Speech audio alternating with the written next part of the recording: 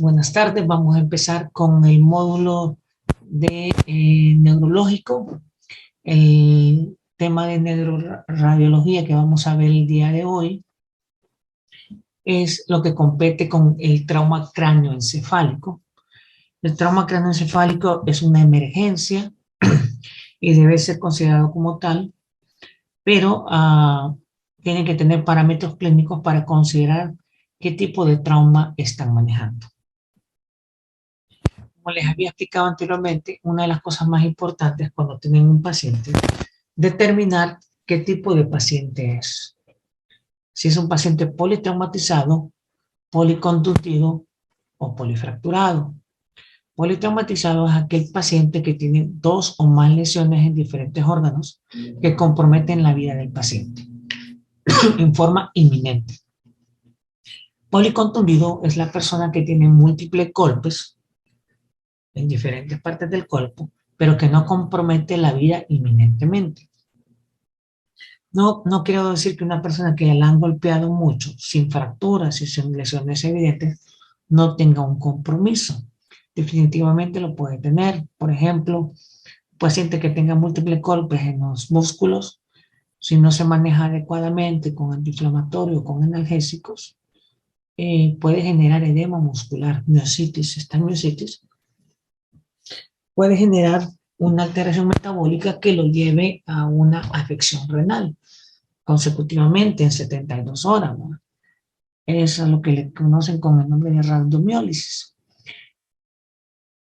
Es algo que se puede manejar, pero no compromete en forma inminente la vida del paciente.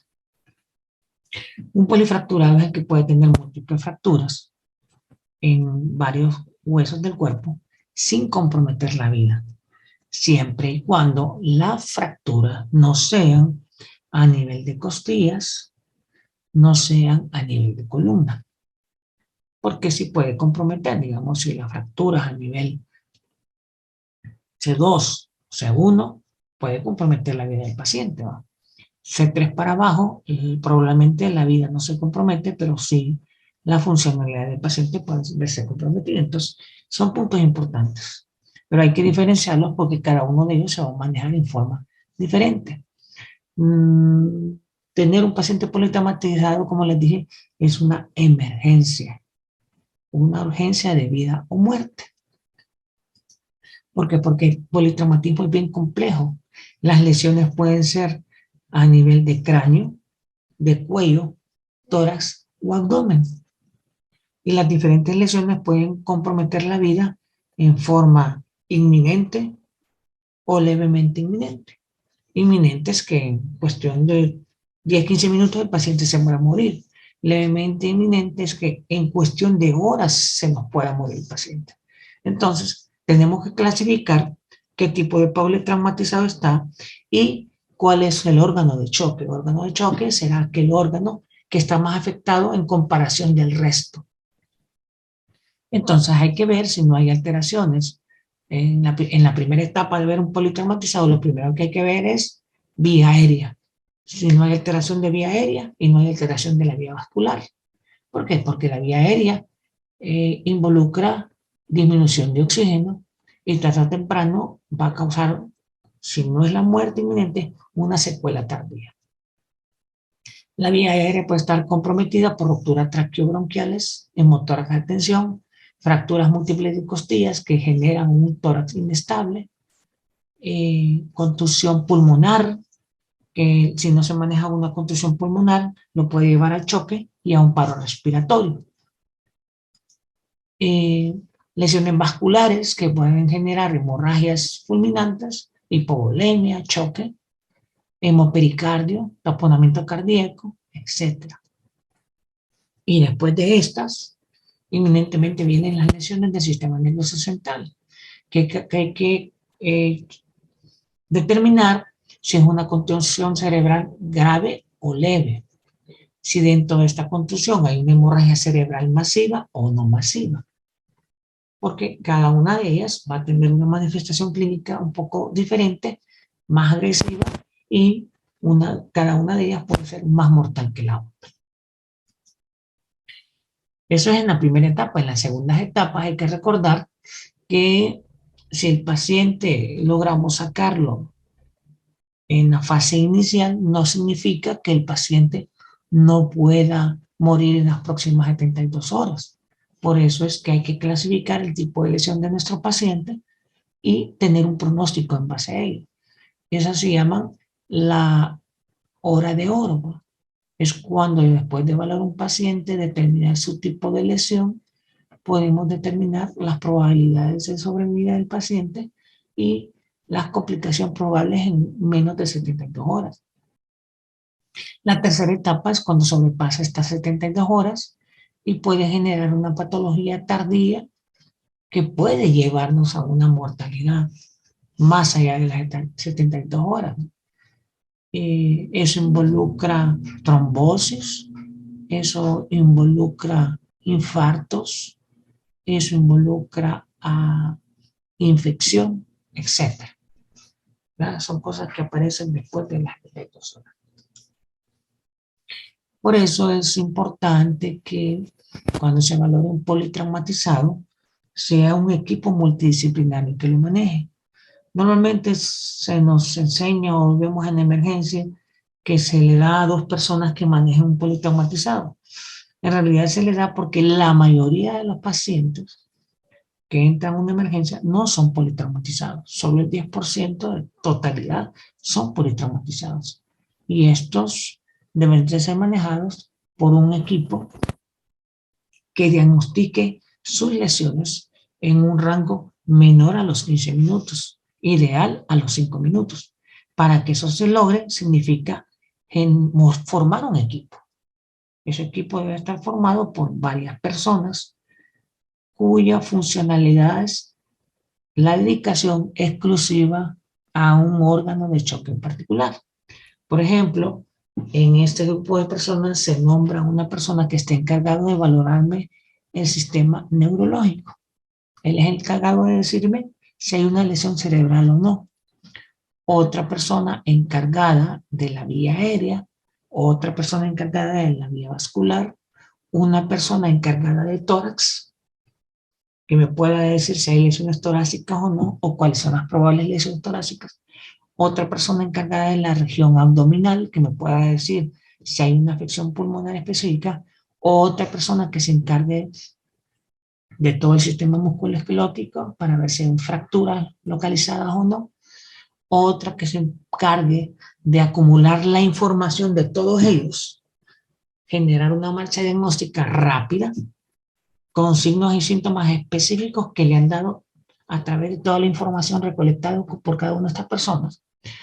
Esta persona es la encargada de enviarle a otra persona todo el estatus de su paciente y esta es la persona que se va a encargar de tomar las decisiones de llamar a los especialistas correspondientes para el manejo pronto y rápido de este paciente para que tenga una sobrevida exitosa. Como ven, es todo un equipo de personas que manejan verdaderamente un paciente politraumatizado. No como se manejan en muchos de nuestros hospitales, que eso puede provocar hasta cierto punto el incremento de la mortalidad de nuestros pacientes. Claro, hay pacientes politraumatizados que nos van a llegar que definitivamente, ni aunque estén 20 personas con ellos, tendrán una sobrevida por el tipo de lesión que se ha presentado. Pero este es un contexto para que ustedes sepan cómo se debe manejar un paciente politraumatizado. Si vamos a hablar de cráneo, la persona que le tocó cráneo es la responsable de conocer un poco la anatomía, entender los traumas, entender los tiempos de evolución. Para eso la anatomía debe estar de importancia, recordar que en todo trauma existen estructuras que se van a dañar, como la bóveda craneana. La bóveda craneana puede lesionarse en su tabla interna o en su tabla externa, que pueden haber laceraciones de la piel, y las laceraciones de la piel provocan sobreinfección, que si hay fractura de cráneo, entonces inminentemente la probabilidad de una afección de la meninge es alta. Por lo tanto, la meninge hay que conocer que hay capas de la misma, donde está la dura madre, donde es la pía madre, la dura madre más externa, la aracnoide intermedia, y la primera madre es la que está en contacto inminente con el encéfalo, y que cada una de ellas va a tener una manifestación diferente. Recordar las estructuras vasculares que están a nivel e intermedios entre el cráneo, o sea, la caja ósea, las meninges, o que están por debajo de las meninges. En este caso, las estructuras que están por arriba de la dura madre y las estructuras que están por debajo de la dura madre. Recordemos que la dura madre es la capa más externa y que justamente encima de ella pasa la arteria meningia media, ¿verdad? Y la irriga, y con sus segmentos posteriores y sus segmentos anteriores. Entonces, esta meningia es la que irriga la dura madre, por lo tanto, cualquier trauma de la bóveda craneana que involucre la tabla interna generará una probable lesión de esta arteria. Y esta arteria es de un sangrado rápido y a presión y generará un tipo de lesión. Las estructuras normalmente que están por debajo de la dura madre son estructuras vasculares venosas, las cuales tienen un sangrado más lento y presentarán otro tipo de lesiones. ¿De dónde viene esta arteria meningia media? Pues viene de la arteria maxilar, que hay que conocer todos estos segmentos y considerar la posibilidad de un daño de acuerdo a la región de trauma. Entonces es importante definir lo que es un trauma craneoencefálico. Se define como una afectación del cerebro causado por una fuerza externa que puede producir una disminución o disfunción del nivel de conciencia y que conlleva a una alteración de las habilidades cognitivas, físicas y o emocionales del individuo, que a esto lo conocemos como una alteración del estado de conciencia. El trauma craneoencefálico puede ser cerrado y abierto. Cerrado es cuando no hay compromiso de la bóveda craneana y que las lesiones únicamente están circunscritas a nivel de la piel y tejido subcutáneo. Abierto es cuando hay compromiso de la bóveda craneana, ya sea en su tabla interna o en su tabla externa, y que sobre todo cuando hay en su tabla interna esté cerca o contigua a senos. No estoy hablando de senos paranasales, por ejemplo, el seno frontal, el seno etmoidal o las regiones mastoideas. Cualquier fractura a ese nivel compromete esas celdillas que normalmente están llenas de gas, pero que contienen también secreciones. Estas secreciones son benignas, pero si atraviesan a la meninge, se convierten en patológicas, ya que generan procesos infecciosos, entre los cuales pueden ser una meningitis o una encefalitis. Entonces ahí es la importancia de determinar si la fractura que tiene nuestro paciente es abierta o cerrada, o el trauma mejor craneoencefálico es abierto o cerrado. ¿Qué lesiones puede presentar un paciente con trauma craneoencefálico? Son variables, son múltiples. Los mecanismos de trauma son importantes. Por eso es importante conocer, ¿fue en auto o fue en moto? Si fue en auto, ¿fue por volcamiento o no fue por volcamiento? Si fue en auto, ¿andaba cinturón o no andaba cinturón? Si fue un auto, ¿qué tipo de carro fue? ¿Es una paila, un turismo o una camioneta? Porque los impactos son diferentes de acuerdo al tipo de carro. Tercero, es un carro menor de 1970 o mayor de 1970. ¿Qué tiene que ver eso? La contextura de los carros. En 1970 todavía los carros eran casi de lata, mientras que ahora los carros son con un material casi plástico y que recibe impactos y los puede absorber en un 50%. No así los carros de puro lata que no absorbían el impacto, sino que lo distribuían y la lesión era mucho mayor. En los carros antiguos, los cinturones eran solo transversos, mientras que en la actualidad los cinturones son oblicuos, o sea, tienen un componente transverso y un componente oblicuo. Todo eso es importante, la velocidad en que iba, el impacto fue frontal, lateral o de esquina, todo eso contribuye a determinar cuál es la probabilidad diagnóstica. ¿Qué lesiones puede presentar un paciente con trauma cráneoencefálico? Hematomas. Dentro del hematoma está el hematoma epidural, el hematoma subdural, la hemorragia suranodea, la contusión hemorrágica, el hematoma intraparenquimatoso y la lesión axonal difusa. Los primeros 5 pueden ser identificables con la tomografía. El último, en la mayoría de los casos, no es identificable por tomografía, solo es identificable por resonancia magnética y esta solo se hará si fuera necesario. Cuando digo fuera necesario, si es un caso médico legal específico, pero la mayoría se hace puramente por diagnóstico clínico. Entonces es importante clasificar el tipo de lesión para saber pronóstico y tratamiento. Empezando con el hematoma epidural, es una lesión que causa un deterioro rápido del estado de conciencia. O sea, el paciente entró con 15 y en cuestión de tiempo tiene 7. Ya solo eso hay que pensar en una lesión cerebral severa y masiva. Las manifestaciones clínicas son evidentes. Se encuentra entre el 1 y el 4%. La mortalidad es alta. Normalmente está asociada a fractura.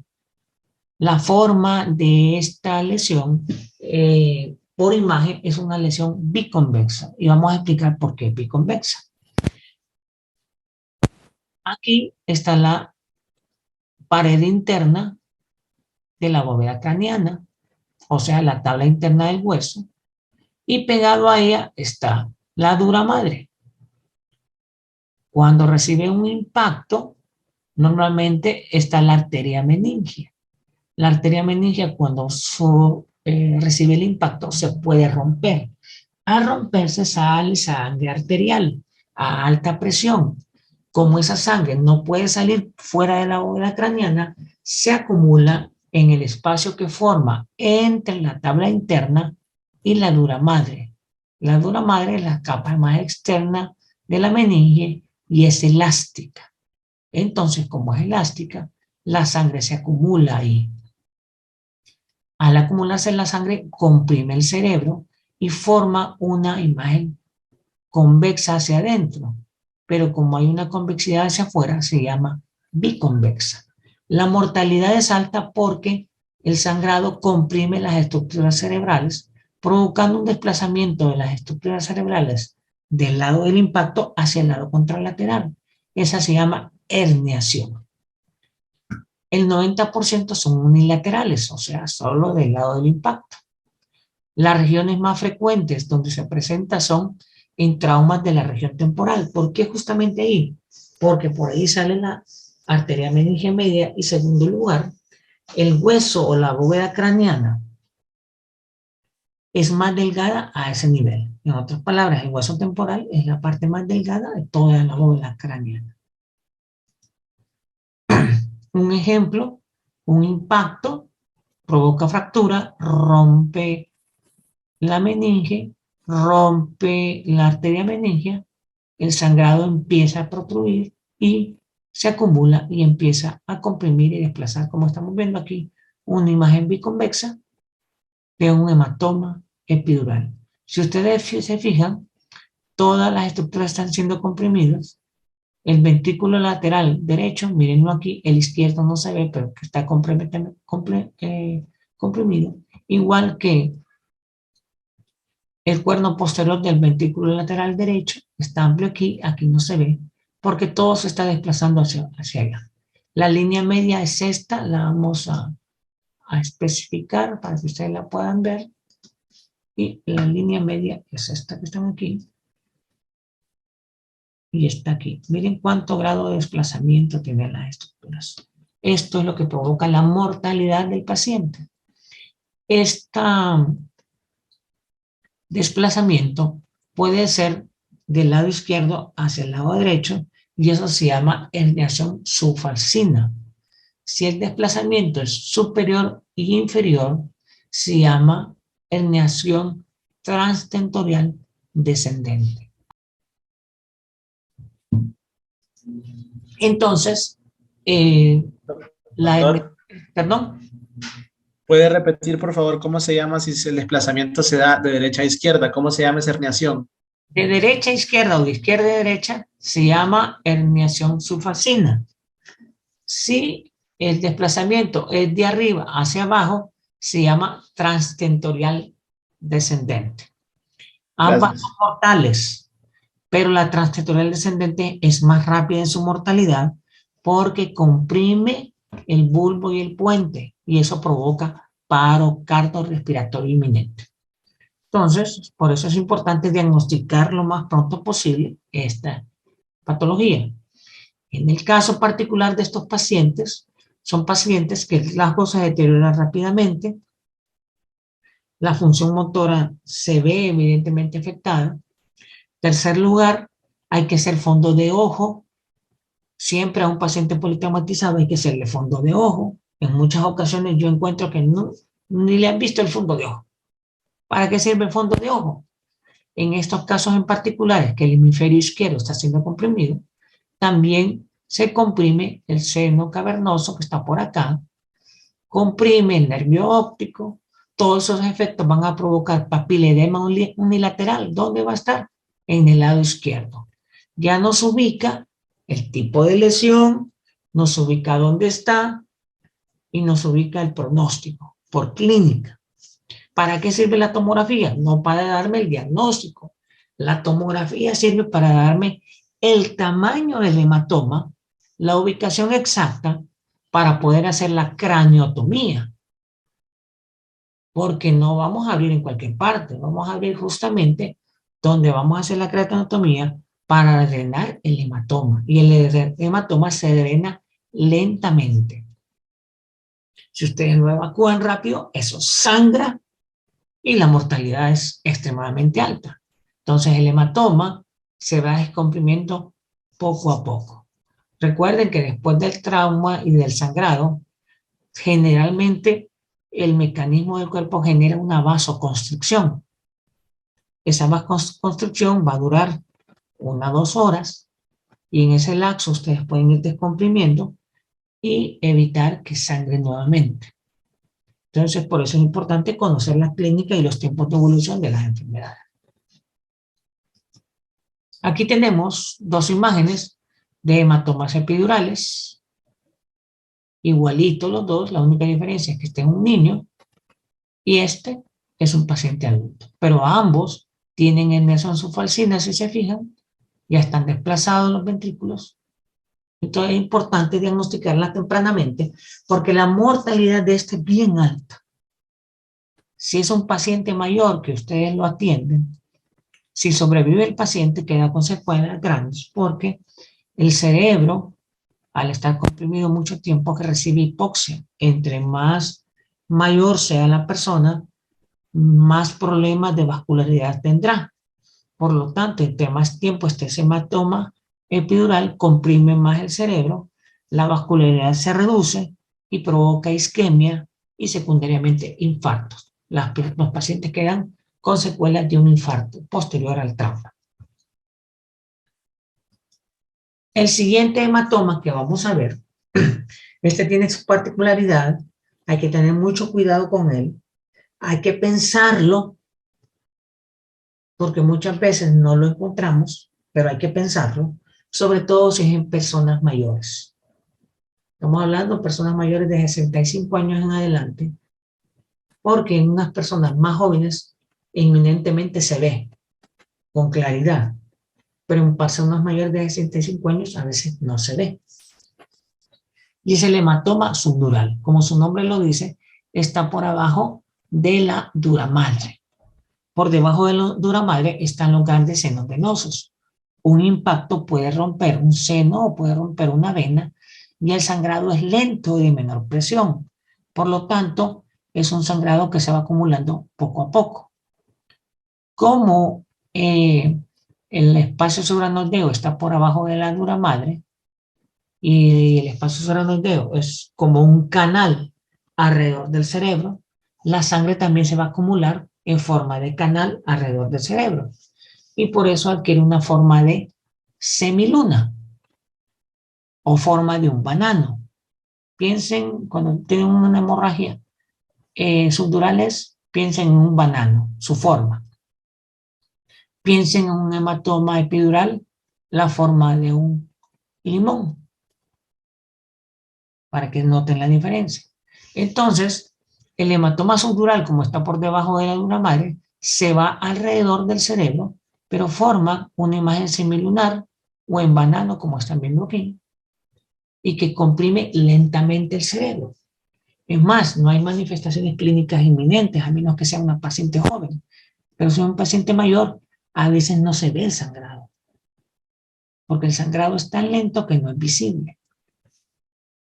La cifra de mortalidad va entre el 50 al 85%, no en forma instantánea, sino que la mortalidad se presenta tardíamente, a veces hasta 2 meses después. ¿Por qué tan tardíamente?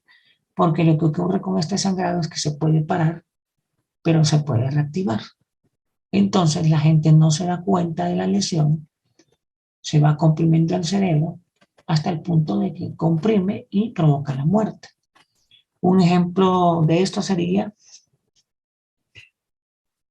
si ustedes agarran una rana o un sapo y lo tiran en agua caliente, inmediatamente el sapo brinca y no muere.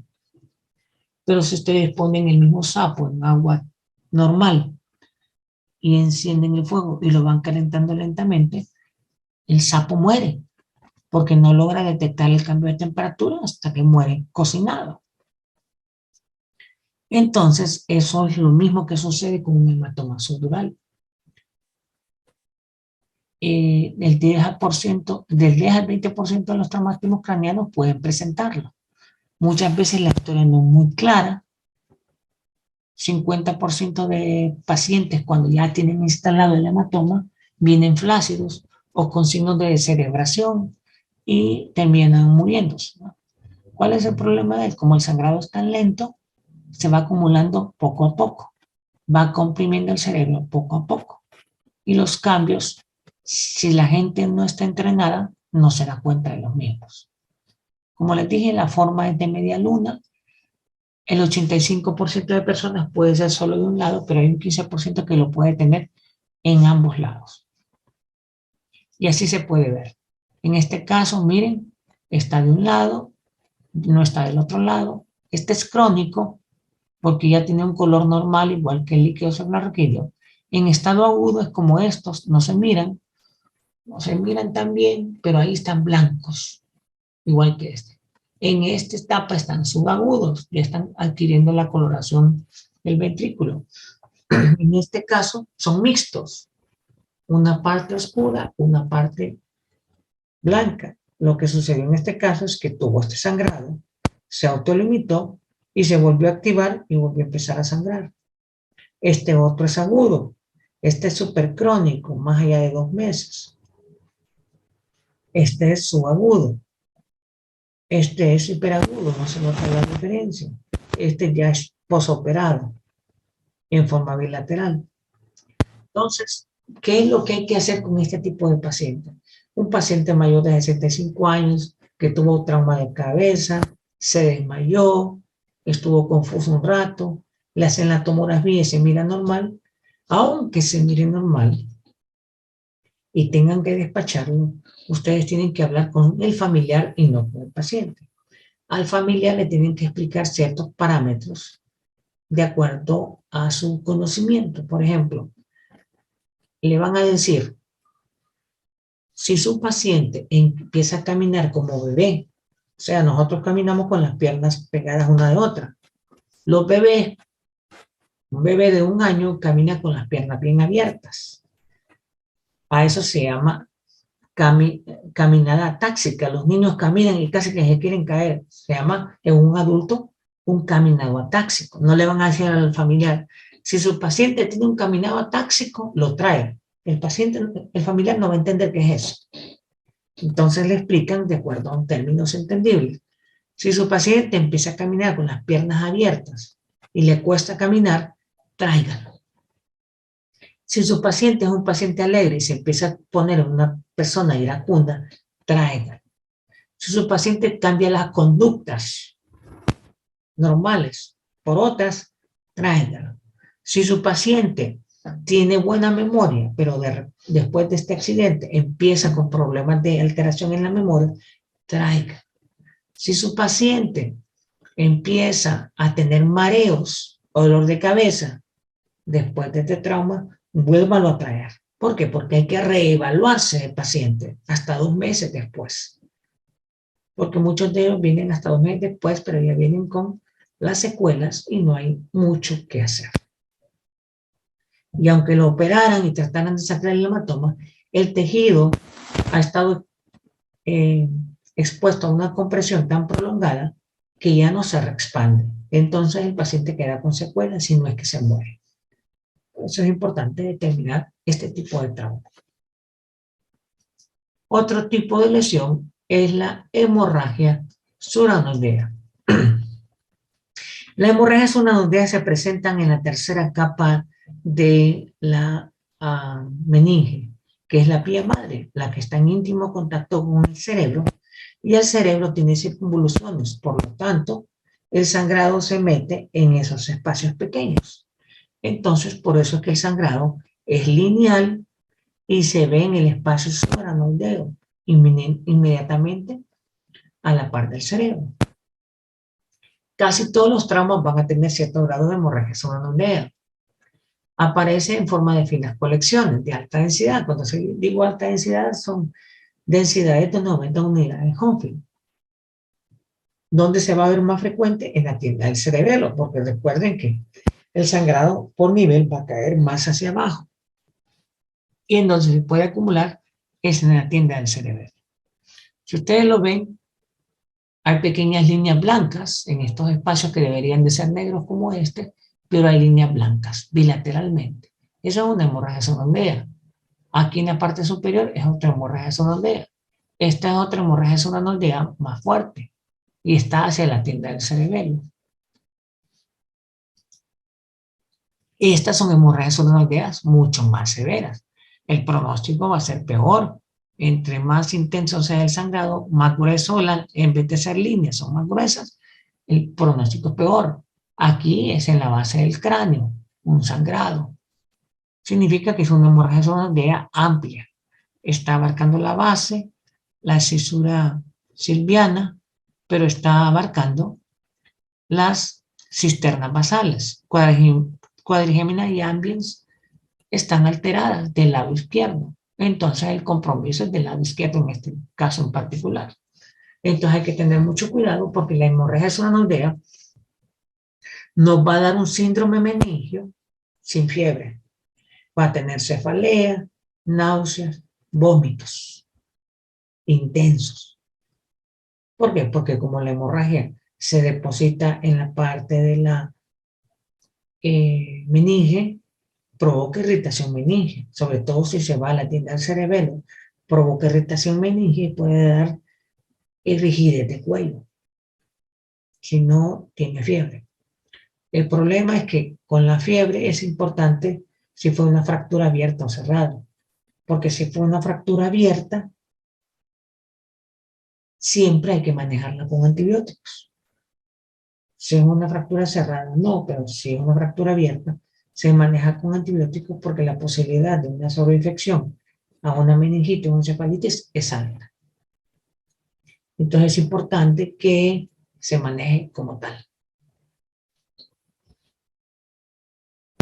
Otro tipo de hemorragia es la hemorragia. Importante en esta, si hace fondo de ojo, probablemente no vamos a ver papiledema ni nada por el estilo, ¿verdad? Porque es a nivel de meninge y normalmente no produce compresión. La hemorragia intraventricular puede ser otra complicación. Rara vez es única, ¿Qué quiero decir con única? Con un trauma no solo va a tener una lesión intraventricular de sangrado, sino normalmente va a haber una hematoma epidural subdural o un hematoma intraparenquimatoso asociado. No se presenta solo. La hemorragia intraventricular es el acúmulo de sangre dentro de los ventrículos. ¿Qué pasa con este acúmulo de sangre? Va a provocar hipertensión endocraniana. Entonces va a tener signos meningios. Pero además de los signos meningios, va a tener papiledema bilateral. ¿Por qué? Porque va a haber dilatación de los ventrículos con compresión del tejido cerebral y hacia el seno cavernoso se va a ver congestionado y va a generar un papiledema bilateral. Va a tener todos los signos meningios, como le digo, agregado a esto. Entonces tiene que considerar inmediatamente hipertensión endocraniana. La primera causa de hipertensión endocraniana será hemorragia intraventricular o hematoma epidural. Pero la clínica, el examen físico, les orienta a ustedes sobre qué se trata. ¿Cómo se ve? En este caso es una hemorragia intraventricular masiva. Miren el cuarto ventrículo, miren el tercer ventrículo y miren los ventrículos laterales, llenos de sangre. La densidad ahí de 90 unidades Hounsfield. Ahí debería de ser entre 0 y 20, pero como es sangre, es 90 unidades Hounsfield. El pronóstico de este paciente es malo. El planteamiento quirúrgico es más para descomprimir la región ventricular y para disminuir la hipertensión endocraniana. Hay que tener mucho cuidado con el manejo de este paciente. La mortalidad es alta y hay que hacer una derivación externa, pero con un protocolo específico, porque si hacen una derivación muy prolongada, puede provocar que se colapsen los ventrículos y mortalidad del paciente. Es controlada. Los neurocirujanos toman la determinación de acuerdo a si no pueden manejar la hipertensión endocraniana, lo manejan de esa forma. Otra patología es la contusión hemorrágica. La contusión hemorrágica es como tener un golpe en el cerebro que provocó pequeños sangrados. Ojo, hay contusiones que no son hemorrágicas, sí. Si ustedes tienen un trauma craneoencefálico, no tienen hematoma epidural, no tienen hemorragia solenoidea, no tienen hemorragia intraventricular, pero el paciente tiene cambios conductuales, lo más seguro tenga una contusión, que en un principio no es tan visible, o pueden verse como áreas pequeñas, más oscuras de densidad en una parte del cerebro. Esa es una contusión simple, sin hemorragia. Ojo, esta contusión simple, si se maneja mal, el edema de los vasos adyacentes a la contusión puede provocar ruptura del vaso y sangrado. En ese momento se convierte en una contusión hemorrágica. La contusión hemorrágica genera más isquemia cerebral y predispone a secuelas. Las secuelas, dependiendo del lugar, si son en el lóbulo frontal, genera focos epileptoides. Si es en el lóbulo temporal, genera cambios de comportamiento o conducta o alteraciones de la memoria, etc. Dependerá de la región específica, la afección. Ocupa el 47% de las lesiones traumáticas.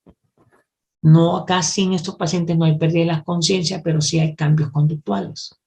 Se asocian a fractura craneal o hundimientos. Es importante considerar todo eso. El lóbulo temporal es el más afectado, ya sabemos por qué, porque es parte de la bóveda craneana más delgada. El 33% son en el lóbulo frontal.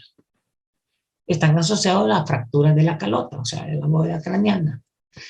Si no se maneja adecuadamente, con un manejo antiedema, con oxigenación adecuada, pueden aparecer nuevas lesiones entre 24 y 48 horas después, provocando más déficit neurológico y provocando más secuelas, más focos epileptoides o más áreas de isquemia, con secuelas más evidentes.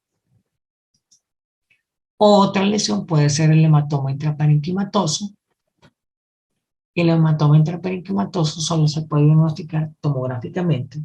Se puede parecer al hematoma epidural dependiendo de la localización. Estas hemorragias provocan desviación de la línea media, igual que un hematoma epidural. Son el diagnóstico diferencial de los mismos. Solo que la inmortalidad suele ser un poquito más tardada que en el hematoma epidural. Puede haber edema perilesional y las manifestaciones clínicas dependerán de la ubicación anatómica. En esta tomografía tenemos dos hematomas intraparenquimatosos, uno extenso, grande, que está abarcando la cápsula interna, la cápsula externa y los ganglios basales, con una herniación subfalcina ya. Es de gran tamaño, por lo tanto el manejo es quirúrgico. Se descomprimirá lenta, pausadamente, porque el hematoma provocó vasoconstricción y compresión del tejido sangrante. Entonces se autolimita. Ojo, tener cuidado de manejarlo con antiedemas aquí porque puede provocar vasodilatación y esa vasodilatación puede aumentar el sangrado. En este otro caso acá tenemos otro hematoma intracerebral, pero este está localizado en el puente. Por lo tanto, si es en el puente, ustedes no pueden manejarlo quirúrgicamente. ¿Por qué? Porque toda manipulación a ese nivel puede provocar un paro cardiorrespiratorio. Entonces hay que tener en cuenta qué tipo de lesión y a dónde está localizado para saber el planteamiento quirúrgico. Por último, la última lesión que hablamos, todas las anteriores eran por tomografía. Esta última es la lesión axonal difusa. La lesión axonal difusa no es visible por tomografía, solo por resonancia magnética. Esta ocurre por cizallamiento. ¿Qué es cizallamiento? Normalmente ocurre en los volcamientos. Es cuando la persona que va en el automóvil empieza a mover su cabeza de un lado para otro y el cerebro en el interior puede rebotar y estar moviéndose de un lado para otro. Eso se llama cizallamiento. Hemos visto lesiones axonales difusas en niños menores de 6 meses cuando los agarran y los jamaquean. Por eso hay que tener mucho cuidado de jamaquear un bebé, porque el cerebro es más pequeño que la bóveda craneana y está en medio del líquido, pero el líquido es móvil. Y si jamaqueamos ese cerebro podemos romper los axones. Los axones están en la sustancia blanca. Entonces la ruptura de los axones provoca una desconexión inminente entre un hemisferio cerebral y el otro. Esta desconexión provocará una alteración inminente del estado de conciencia y los Glasgow de estos pacientes son entre 3 y 7 en escala. Entonces son pacientes que están en un coma. Le hacen una tomografía y no se ve una lesión inminente.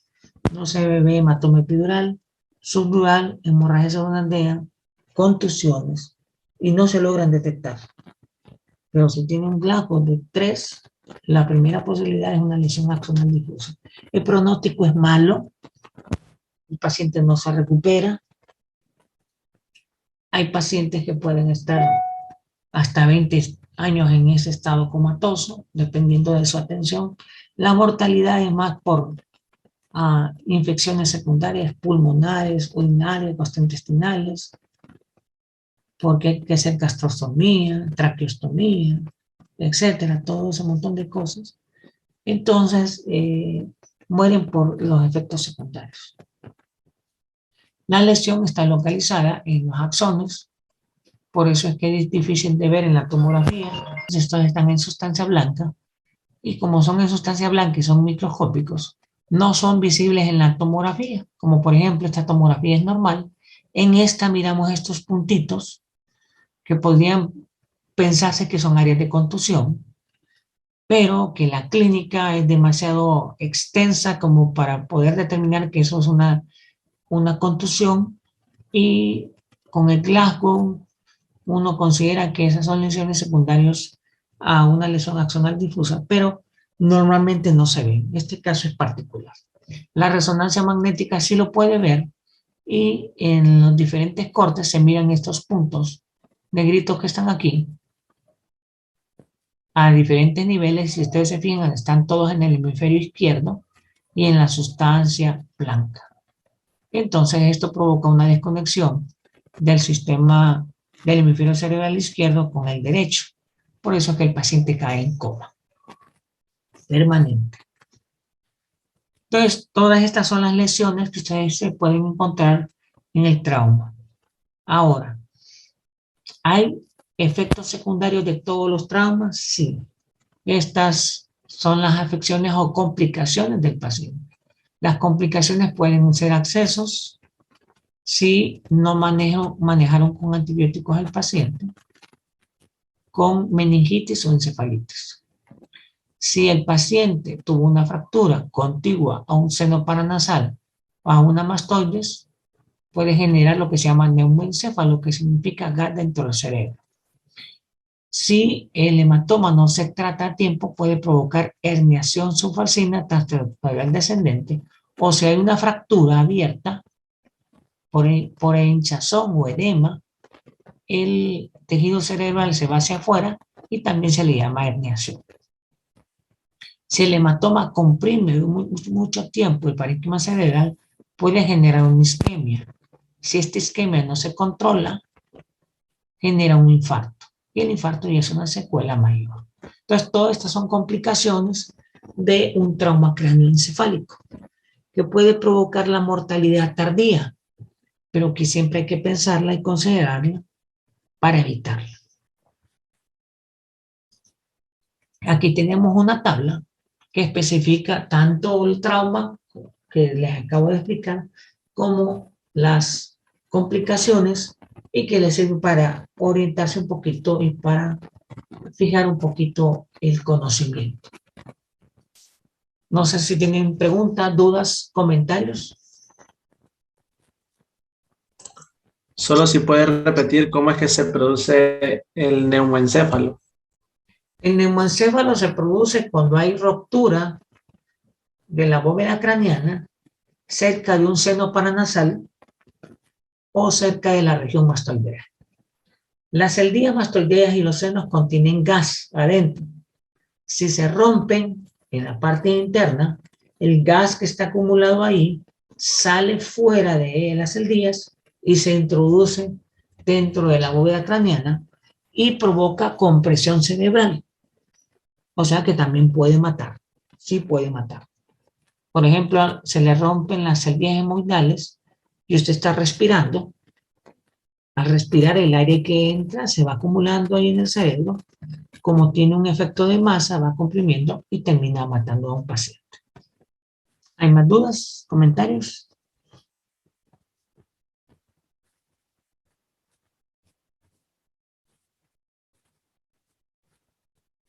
¿Vienen dudas los demás? No, doctor, solamente eso. Gracias.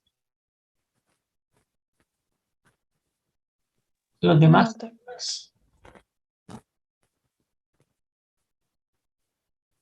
Bueno, No, sin doctor. más comentarios, entonces concluimos la clase de hoy. Que tengan una feliz tarde.